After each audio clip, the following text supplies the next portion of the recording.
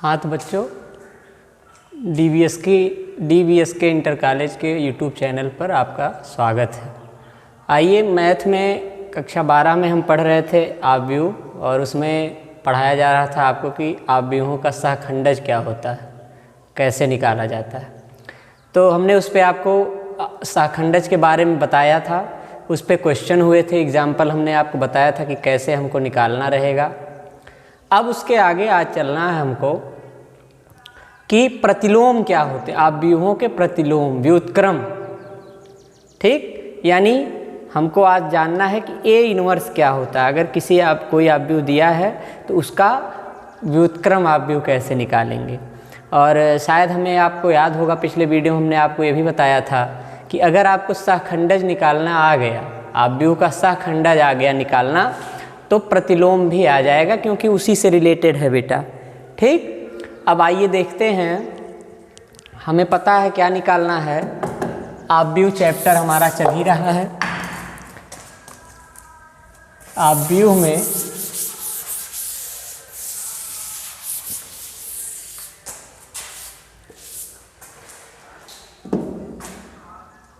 आइए देखते हैं आव्यूह।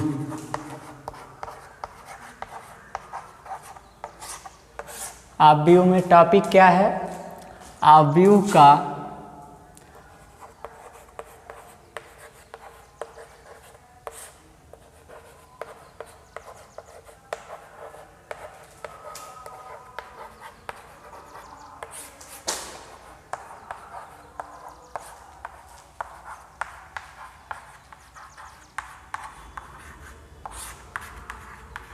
ठीक, तो सहखंडज हमने आपको बताया था निकालना।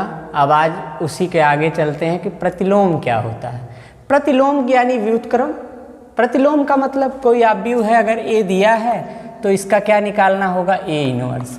ठीक, तो सबसे पहले हमें जानना है कि ए इनवर्स मतलब बराबर क्या होता है। ए इनवर्स का फार्मूला क्या है व्युत्क्रम का, आव्यूह का? तो सबसे पहले आप बेटा जान लीजिए कि ए इनवर्स इक्वल टू होता है ए डीजे ए अपान माड ए। माड ए नहीं, बल्कि इसको क्या कह सकते हैं आप? साड़ी के।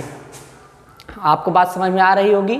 क्या होता है ए इनवर्स इक्वल टू? आप किताब में देखेंगे तो आपको दिया गया है कि A inverse equal to adj A upon साड़ी के। माड नहीं यहाँ पढ़ेंगे, ये साड़ी के है। यानी कि अगर हमें ए इनवर्स की वैल्यू चाहिए तो जो आव्यूह दिया गया है उसका ए डीजे का मतलब एडजॉइंट मैट्रिक्स है ना, यानी सहखंडज निकालने पहले। और उसके बाद हमें दूसरी चीज़ क्या चाहिए कि साड़िक में उसी का मान चाहिए, साड़िक में उसी का पूरा मान हमें चाहिए, और ले आके यहाँ वैल्यू पुट कर देंगे तो हमें पता चल जाएगा कि प्रतिलोम क्या होगा उस आव्यूह का। ठीक है, अब ध्यान दीजिए आप। आइए देखते हैं ए इनवर्स निकालने के लिए क्या करना पड़ता है। तो पहले क्वेश्चन आइए एक इस पर देखें एग्जाम्पल करके। बेटा मान लीजिए हमें कोई क्वेश्चन दिया गया है, किताब से आपके ही ले रहे हैं कोई एक क्वेश्चन कि चलिए आइए देखते हैं। दिया गया है कि आव्यूह ए इज इक्वल टू, दिया है क्वेश्चन एग्जाम्पल नंबर 1 में हम ले रहे हैं, आपको बढ़िया से step to step. Example number 1 दिया है कि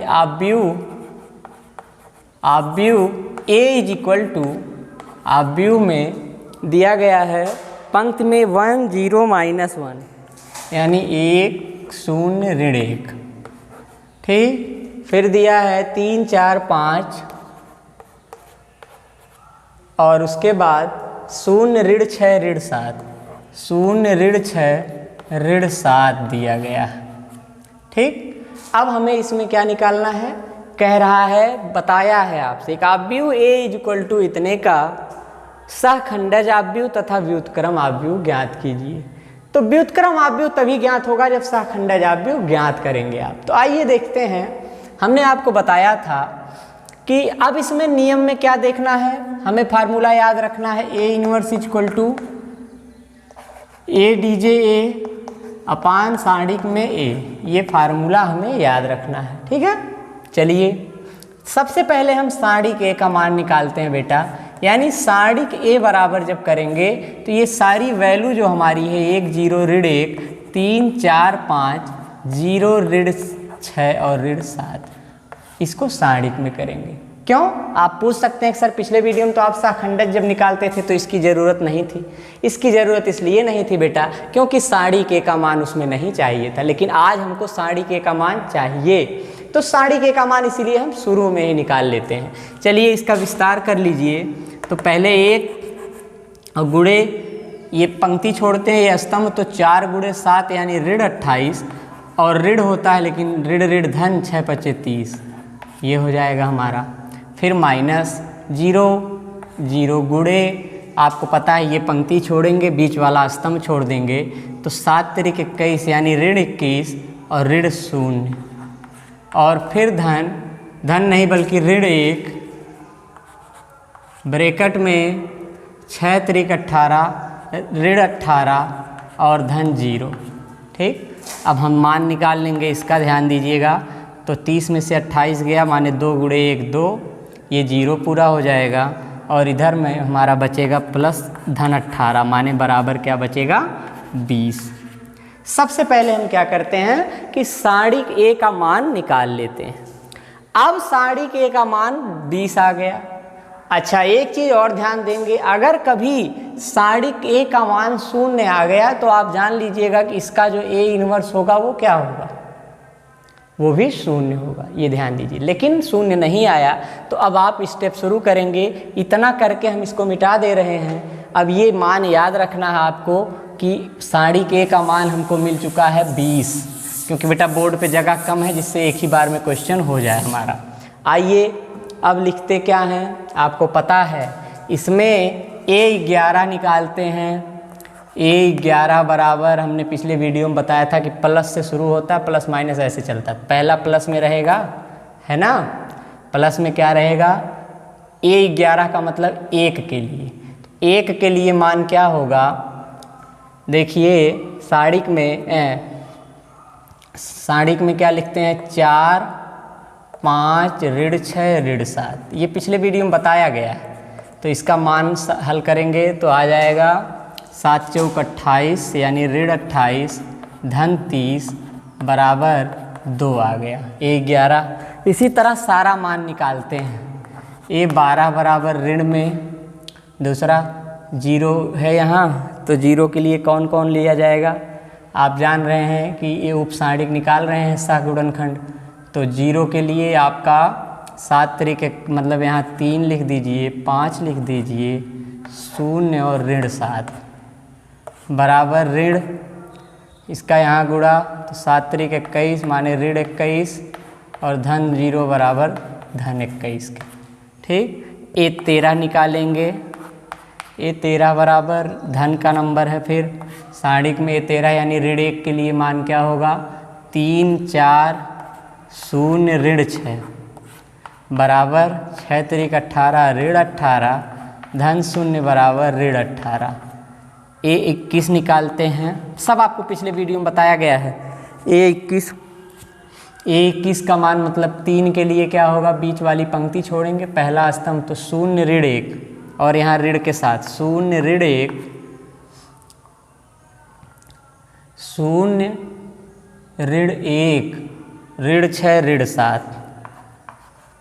आइए इसका देखते हैं क्या होता है, ऋण ब्रैकेट में 0 और माइनस 6 कम 6 यानी बराबर धन 6।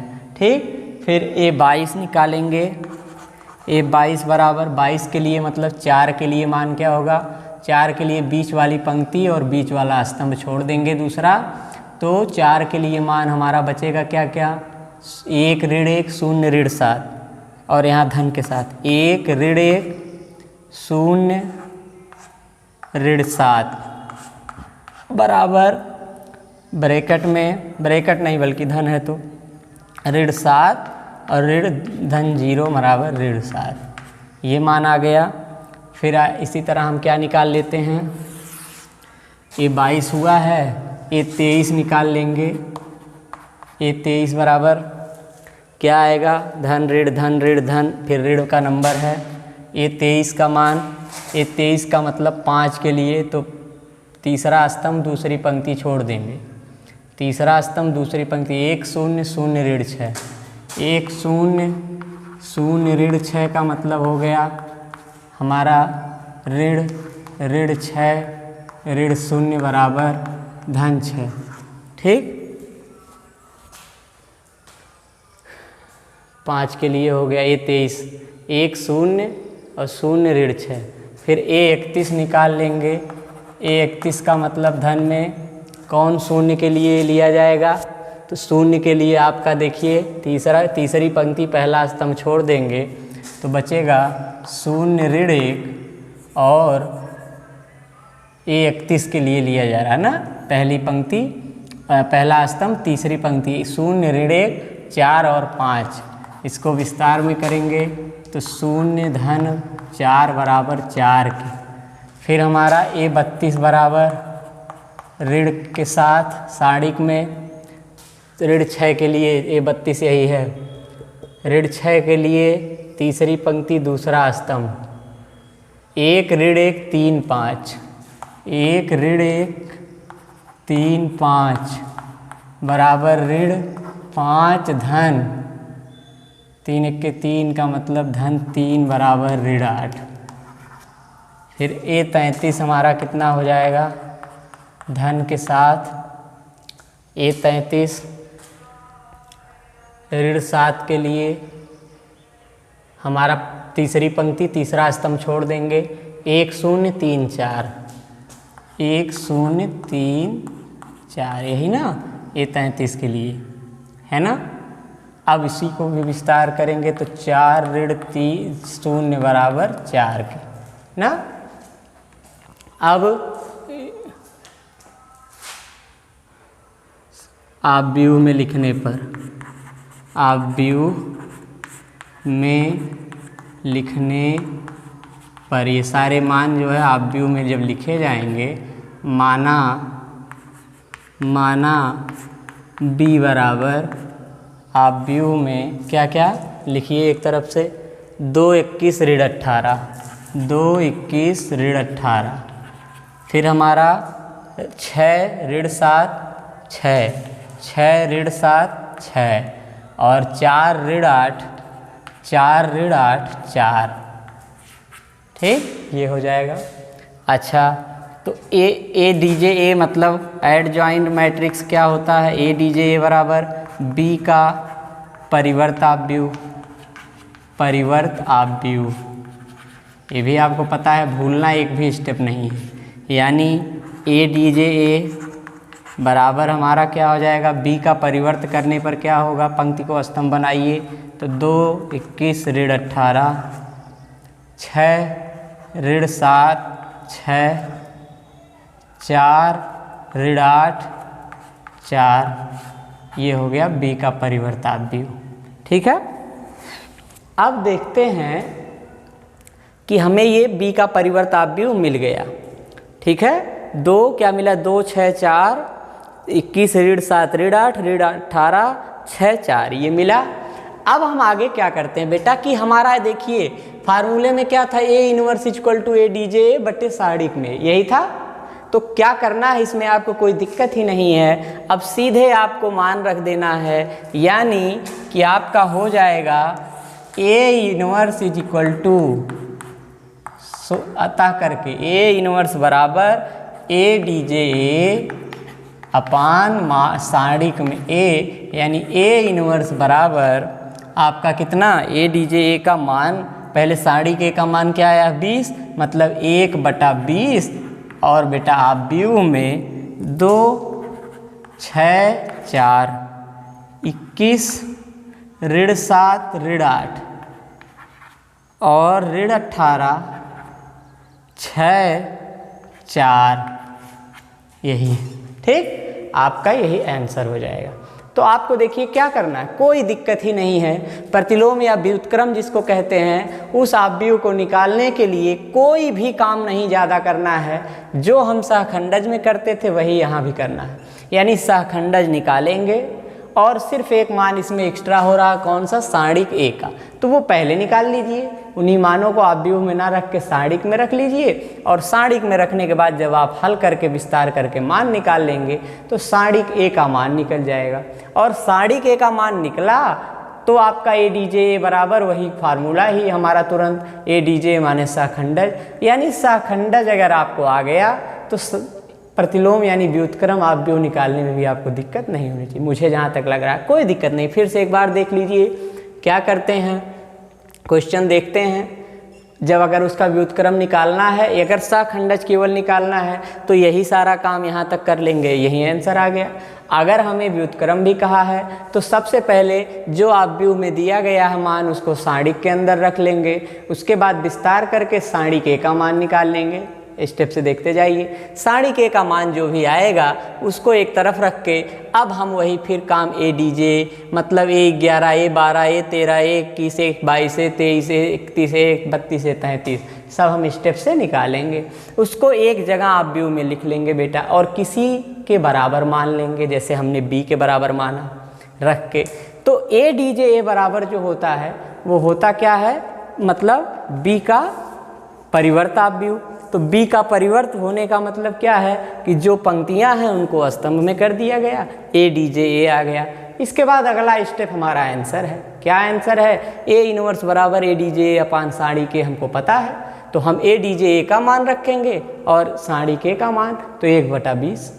ठीक, तो मुझे तो नहीं लगता अब इसके बाद कोई दिक्कत हो, और अगर इसमें दिक्कत नहीं है तो आप प्रश्नावली में अब नहीं बहुत दिक्कत होगी आपको, अब सारा क्वेश्चन आप लगा सकते हैं।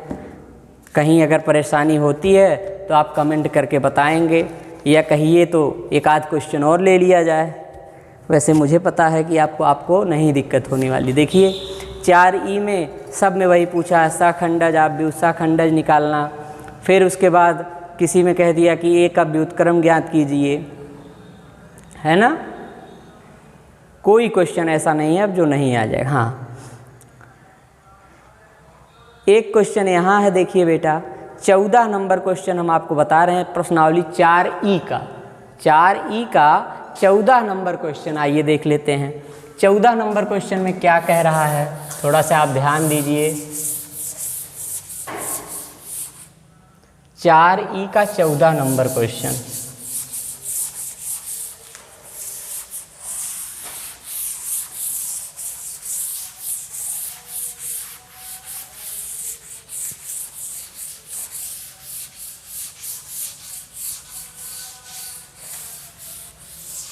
आइए देखते हैं 4E प्रश्नावली क्या है, 4E मनोहर रे वाली किताब में 14 नंबर क्वेश्चन क्या कह रहा है। कह रहा है कि यदि A बराबर 3, 7, 2, 5, यदि A बराबर 3, 7, 2, 5 ये हो गया, और बेटा B बराबर 6, 8, 8, 9 तथा दिया है B बराबर 6, 8, 8, 9। ठीक, तो कह रहा है सत्यापित कीजिए यानी सिद्ध कीजिए कि ए बी का इन्वर्स, थोड़ा लंबा क्वेश्चन है भाई, बराबर बी का इन्वर्स इंटू ए का इन्वर्स। थोड़ा सा अलग टाइप है, कुछ है नहीं, है ना, रूल अपना चलना है, वही आंसर आएगा जो आना है। अब बेटा ऐसे क्वेश्चन में हम पहले क्या करें, पहले मतलब हमको इसमें 3 चीज़ें निकालनी है, 3 नहीं बल्कि 4 क्या, ए बी निकालना है पहले। ए बी का मतलब ए और बी का गुणा करना है, फिर जो आता है उसका इन्वर्स निकालना है। बहुत बढ़िया समझिएगा। फिर उधर क्या है, यानी ये बराबर होना चाहिए कि मतलब अलग अलग बी का इन्वर्स निकालने और ए का इन्वर्स निकालने, दोनों के गुणा करने पर वही मान आना चाहिए। तो आइए एक तरफ से शुरू करते हैं। पहले निकालते हैं हम ए बी बराबर इसमें, तो ए बी बराबर क्या होगा, ए का मान मतलब 3, 7, 2, 5 और गुणे 6, 8, 8, 9, गुणा करना भूले नहीं होंगे आप लोग। आइए ए बी बराबर क्या होता है, पंक्ति का गुणा स्तंभ में, 3 का गुणा 6 में करिए, 3 6 18 धन 7 अठी 56, फिर इसी पंक्ति का इस स्तंभ में 3 अठी 24, 7 नवा 63। यही है ना रूल, भूल नहीं गए ना आप लोग। अब इस पंक्ति का इसका दोनों हो गया। अब इस पंक्ति का 2 का 6 में 12, 5 का 8 में 40, 2 का 8 में 16 धन 5 का 9 में 45। ए बी बराबर क्या आ गया बेटा, ध्यान दो। 56 18 तो 8 6 14 और 5 1 6 1 74 हो जाएगा। यहाँ 4 3 7 6 2 8, यहाँ 52 और यहाँ हमारा 5 6 11 और 4 1 5 61 आएगा ना। ये हमारा ए बी का मान। अब ए बी आ गया तो ए बी इन्वर्स निकालिए, है ना। ए बी इन्वर्स निकालने का मतलब कि पहले तो सारणी के बी निकालिए। बहुत ध्यान दीजिएगा, सारणी के बी का मतलब कि 74 87 52 और 61 बराबर गुणा करिए। 74 गुणे 61 क्या होगा, 74 गुणे 61। इतना लंबा तो आना नहीं चाहिए था, लेकिन आ गया तो करना पड़ेगा बेटा।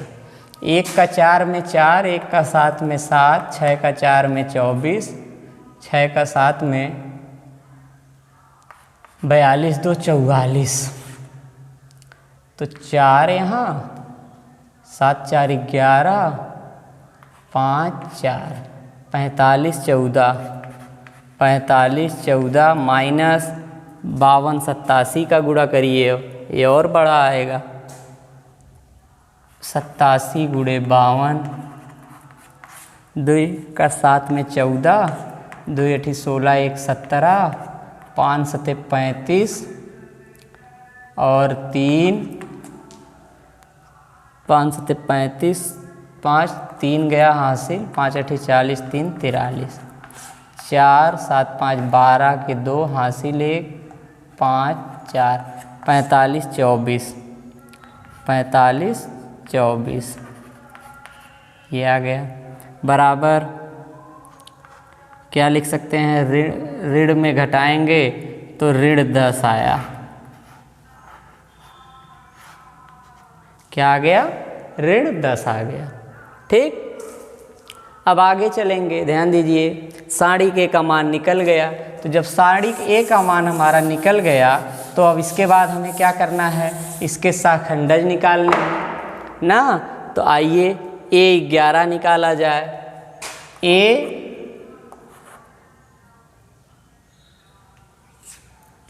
11 बराबर, तो ए 11 इसके लिए क्या होगा बोलिए, ए बी के लिए 74 का ए 11 क्या होगा, उप सारणी। तो आप जानते हैं प्लस होगा, 1 1 2 सम संख्या है, और 74 का 61 आएगा, यही 61। ए 12 बराबर क्या आएगा, 1 2 3 यानी ऋण रहेगा, ध्यान दीजिएगा ऋण। और बेटा ए 12 जब लेंगे तो यानी इसको लेंगे तो ये पंक्ति, ये स्तंभ और ये पंक्ति खत्म, मतलब ऋण 52 आएगा, ऋण 52। ए 21 बराबर क्या होगा भाई, तो 2 1 3 यानी 3 मतलब विषम संख्या, तो धन ऋण, फिर धन वाला देखिए एक नहीं है तो ये ऋण रहेगा। तो ऋण में 52 के लिए ये पंक्ति ये स्तंभ खत्म, तो ऋण 87 आ गया। और ए 22 बराबर हमारा धन में रहेगा 61 के लिए क्या रहेगा, 74, है ना। ये हमारे मान निकल गए। अब आप व्यू में लिखने पर माना बी बराबर, आप व्यू में लिख लीजिए इसको 61 ऋण 52 ऋण 87 और बेटा धन 74, ये आ गया। तो ए बी इनवर्स बराबर, पहले ए डीजे ए बी बराबर क्या आएगा, इसका परिवर्त बी का परिवर्त, तो बी का परिवर्त यानी 61 ऋण 52 ऋण 87 और 74, है ना, ये आ जाएगा बराबर। अब ये हमें मिल गया। अब क्या निकालेंगे, ए बी इनवर्स बराबर, तो ए बी इनवर्स बराबर आ जाएगा कितना, ए डी जे ए बी बटे साड़िक में ए बी, यानी ए बी इनवर्स बराबर A D J A B का मान क्या है, और साड़िक ए बी का मान ऋण 10 है, यानी ऋण 1/10, और बेटा आव्यूह में 61, ऋण 87, ऋण 52 और 74, यही हमारा आ गया ना।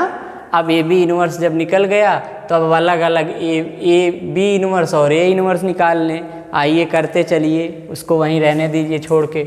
अब आइए, अब पहले निकालते हैं ए इनवर्स। तो देखिए ए के लिए ए बराबर इतना है, तो ए 11 बराबर इसका क्या होगा, ए इनवर्स निकालना है, पहले साड़ी के निकाल लीजिए। साड़ी के का मतलब 3 7 2 5, मतलब बराबर 5 तिहाई 15 माइनस 14 बराबर 1 के ना।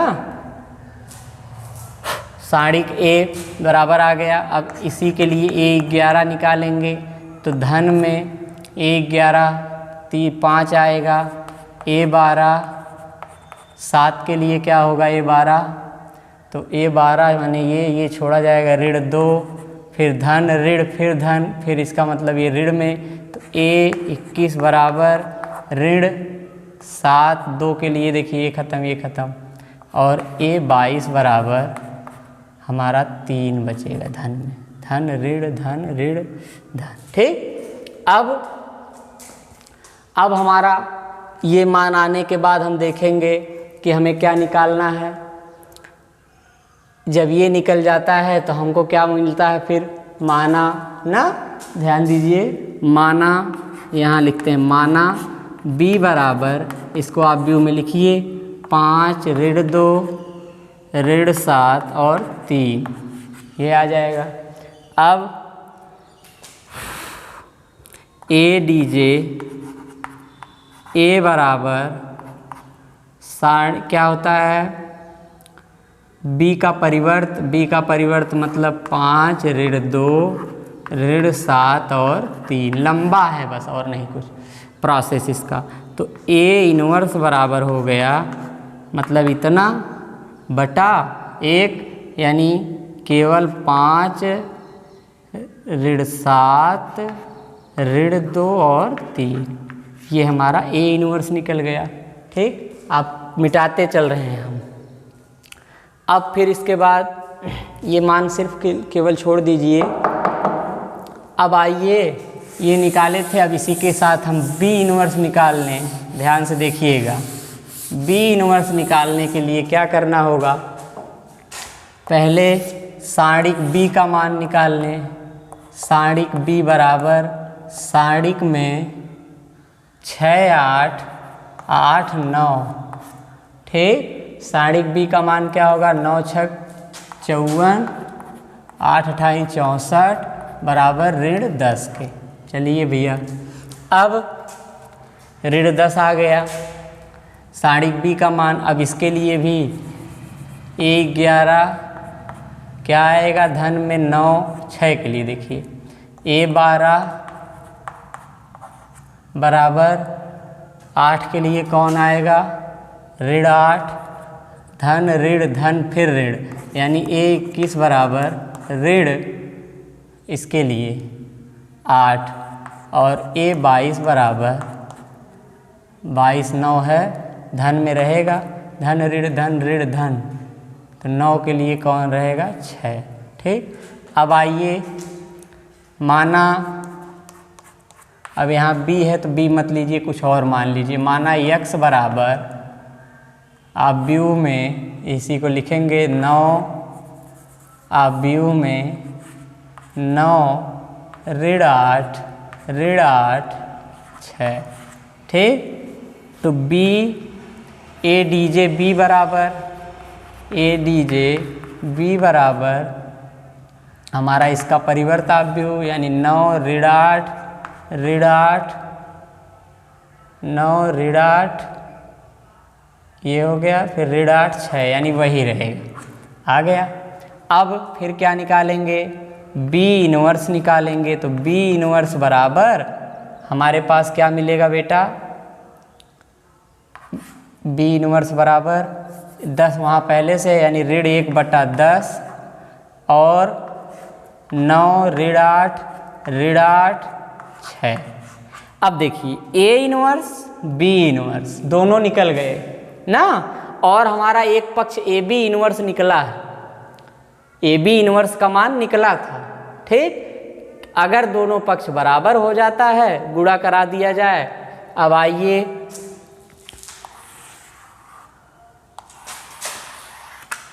देखते हैं, ये मान जो है इसको याद रखिए, ये किसका मान है, ए बी इनवर्स का मान है यही। ठीक, ए बी इनवर्स, क्योंकि दोनों पक्ष बेटा बराबर करना है ना। तो अब ए बी इनवर्स का मान इसको एक किनारे रहने दीजिए। आइए हम बी इनवर्स और ए इनवर्स का गुणा कर लेते हैं। तो बी इनवर्स गुणे ए इनवर्स बराबर बी इनवर्स का मान ऋण 1/10 और यहाँ 9 ऋण 8 6 गुणे आपका ए इनवर्स का मान 5 ऋण 7